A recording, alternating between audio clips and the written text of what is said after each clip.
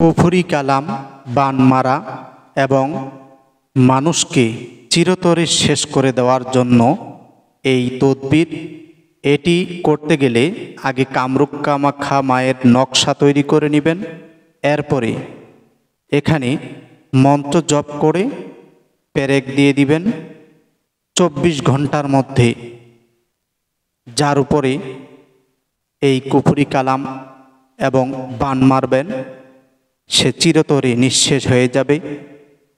এটি খুবই গুরুত্বপূর্ণ একটি বিষয়, খুবই সাবধানের সহিত এই তদবির করবেন। অবশ্যই এই তদবির করার আগে আমাদের কাছে অনুমতি নিয়ে নেবেন।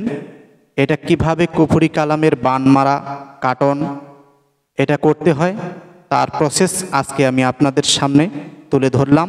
এটা গতকাল রাতে করা হয়েছে।